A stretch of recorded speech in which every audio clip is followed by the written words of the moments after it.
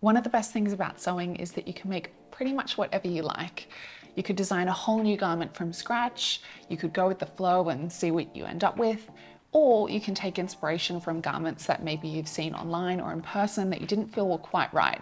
If you see a dress that you really like in the store, but maybe the hemline's a little bit too short, or maybe you want the sleeves a little bit puffier, or maybe you just don't really like the neckline, you think that something else would suit it better, this is when you can use your skills to recreate that garment, but make it exactly how you want it. Almost all of the items that I make are inspired by brands that I already love. And it's not because I don't want to buy the originals, I'm more than happy to, and I still do, but a lot of the time I go into the stores, I see the price tag on these items, and once I've actually had a look at the fabric, the cut, the style, maybe the construction techniques, sometimes I decide that it's not really worth it. And this is when I can really use my skills to remake that item, make it in a way that I think will suit me better, maybe in a fabric that I think will suit the style of the dress better, and make it my own. So the set that I was inspired by is the Freya set from a brand called Age. I love Age, they make some really cool pieces. I've already made a dress inspired by another Age piece a few months ago. I'll link that at the top. This set is a really cute summer set. It's made from like a white beaded fabric. It just looks so cute, I love it. But then you kind of look at it in a little bit more detail. So the top and the skirt together total just under 1,000 Australian dollars. I'm sure people have paid more for a set, but when you have a look at this properly, it's so not worth it. We'll start with the top. How could you charge $400 alone for a top that has absolutely no lining? It's just a front and back piece of fabric, that's it. I know beaded fabric is expensive, but come on. The cut of the top, when I look at it, it's just a bit boxy, it's a bit wide. I think it would make me look a little bit top heavy. So I already kind of thought that that wouldn't really suit me very well. And again, the whole lining aspect, like I'm not gonna go braless, but I also don't want my bra visible underneath, so it really needed lining. The skirt wasn't too bad, I quite like the cut, but the skirt was lined then with a white fabric, and it just meant that it really juxtaposed the top quite a bit. It was like nude and then white on the bottom. And I thought, why wouldn't they just line it in a nude fabric so that it matched a little bit more? So I really wanted to recreate this set, but make it exactly how I wanted it. Essentially changing the cut of the top, making it a little bit of a thinner strap with a lower cut, but a little bit more flowy and shorter, obviously with a lining too. And then the skirt, I would pretty much keep it the same, but just change the lining to a bit more of a nude color. I actually came across this really pretty beaded fabric from Silk World in Melbourne, and it was perfect. I felt like it was almost identical to the fabric that they used on the Freya set. So I had to get it. And it was on sale, it was half price, still very expensive. But I only ordered 1.5 meters because I thought, well, it's a short skirt, it's a short top, I should be fine. I was fine, plenty of fabric. To make it easy, I also ordered the lining from Silk World as well. So they have quite affordable blends of cotton and silk, and I thought that would make a really nice thin lining so that it's really appropriate for summer. So again, I don't really do tutorials. It's something that I'm looking at doing if there's enough interest in it. This is more so like a vlog, you know, do I call it a slog, like a sewing vlog? I don't know. Felt like a slog working with fabric, I'll tell you that. I definitely had some issues with this set. Beaded fabric is just, it's such a bitch to work with. I really hadn't worked with beaded fabric before, so yeah, I really didn't know what I was getting myself into. But it's worth it, like it's a really cute set, I really like it. But if you're interested in watching the journey and seeing how this set kind of came to life, then keep watching and I'll go through that now. So here you can see a close-up of that gorgeous beaded fabric from Silk World. I'm pretty lucky that I chose to work with this as my first beaded fabric because it was really hardy. I didn't really need to be gentle with it at all. It wasn't like a finicky fabric. I really loved it. So for the skirt, I actually drafted a really simple quarter circle skirt and a mini length on drafting paper so I could figure out which direction to lay it on the fabric. I could have just folded the fabric in half and saved some room and saved some fabric. But if I cut it like that, then it wouldn't have actually allowed me to have the front of the fabric on the bias. And I really wanted to do that to make it hang a little bit better. Then I had to go through the tedious task of smashing every single bead along every single seam line, along every single piece that I had cut out from this fabric. Oh my God. It took forever. Sometimes it was honestly just easier to cut them off with scissors. It just depended on my mood at the time. Then I cut the lining fabric identical to the beaded fabric, although when I cut it out, I gave it a little bit of a bigger seam allowance along the back just to ensure that it was slightly looser than the main fabric. Then I pinned the two waists together with the wrong sides facing so that I could do a French seam along there. This is really essential because the beaded fabric is really sheer, so you see everything through it. So after sewing that seam, I steamed the seam open, cut the excess, and then folded the fabric in the opposite direction to finish the French seam. And then I folded it back to the normal direction and pressed it. I have to say, I did not film the zipper installation process because invisible zippers are hard already, and they're even harder when your fabric is really sheer. So you can see me pinning it in here. I ended up cutting it a little bit too short, but it's fine because I just put the skirt on over my head. You know, things don't always go according to plan, but there's always a way to work around it.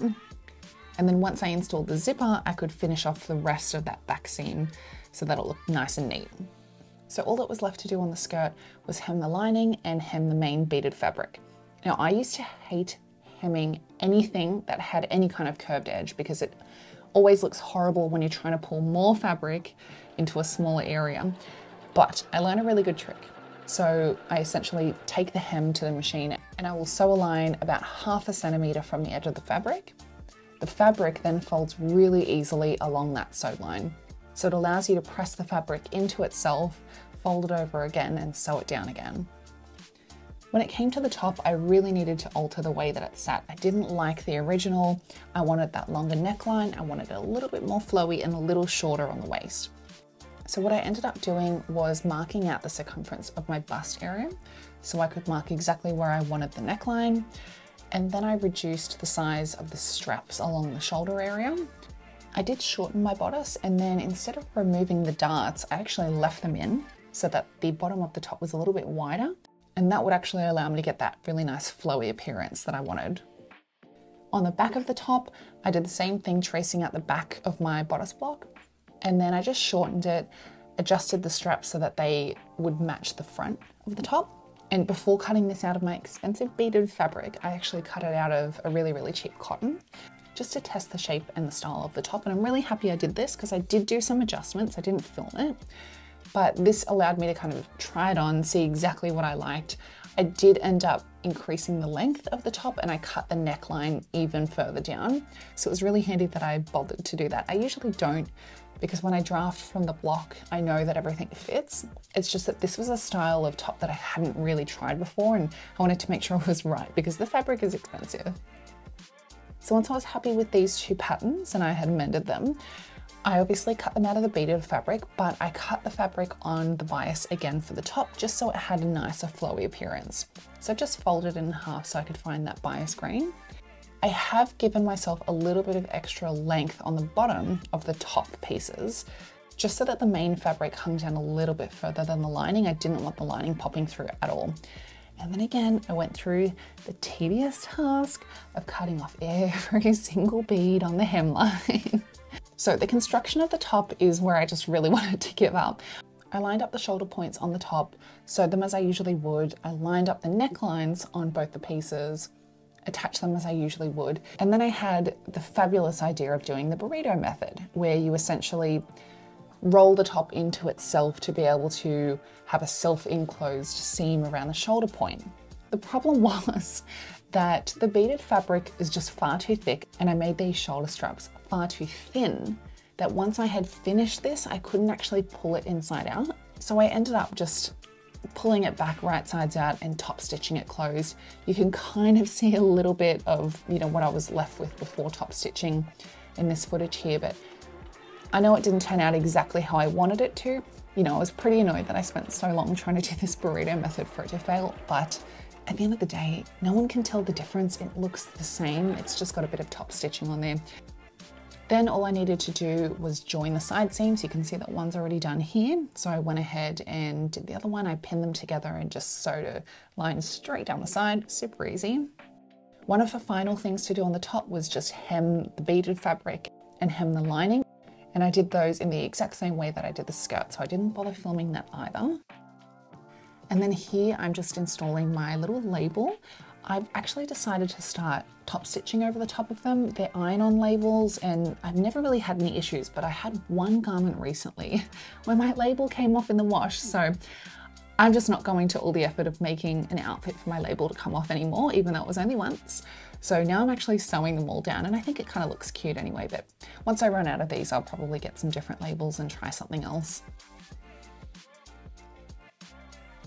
So here is the finished set and finally there is no more work to do on it. I really just didn't realize how hard it would be to work with beaded fabric. As I said before, I've never worked with it before. I thought, oh gosh, it'll just be the same as anything else. No, it's so much more work, but it's worth it, I think, because it does look really good in the end. I have this really weird phenomenon. So if I have like all this optimism and I'm sewing this garment and I'm having such a good time and I love it and I think it looks so good, it ends up being horrible. To the point where I won't finish it, it's terrible. But if I'm sewing something and I run into a lot of issues and I hate it and I want to give up halfway through and I take a break and then I continue, then I end up sewing something really good. So this set is by no means perfect. It certainly has its flaws. I really run into so many roadblocks with this, but I think at the end of the day, when it's on, no one sees, you know, that one stray stitch or that one little crease here and there. I really don't think that people care about, you know, these issues as much as we do when we're the ones that have actually made it. So I am really happy with it. I really like it and I'm excited to wear it. I think it's going to be a really cute summer set. I think that if I had seen this version of the set in the stores, you know, maybe not handmade by me, but if I had seen this cut and this color lining on this style of fabric, then I definitely would have bought it. You know, learning to sew and sewing from home isn't going to be perfect ever, but at the end of the day, even an imperfect garment can be one that you're really proud of. So I really like this set. I'm really happy with it. I am probably never going to work with beaded fabric again, or at least not for a few months, but I do really like the look of it. So I'll probably be tempted in the future when I see something really pretty and sparkly online, but we'll save that for another day, won't we? Before I finish up, actually, I wanted to show off this dress. I did make it as well. I honestly make most things that I wear. I'm aiming for a me-made wardrobe probably by the end of 2024. We'll see. But this is actually the same top as the hydrangea dress that I made. I just obviously added these straps to it that have a little frill, and then it doesn't have like a long hem. It's actually like a little mini skirt. It's probably got dog hair all over it, so I'm sorry. But it's a little mini skirt and it's got like a little frill, so I thought it was very cute. I can't be bothered adjusting the camera to show the whole thing, but I thought I would mention it because it's one of my favorites. Again, I hated it when I made it because I had so many issues because I chose the wrong fabric, but then I ended up loving the final thing. So again, you know, I feel like you've got to hate your garment before you love it at the end. That's just my theory anyway.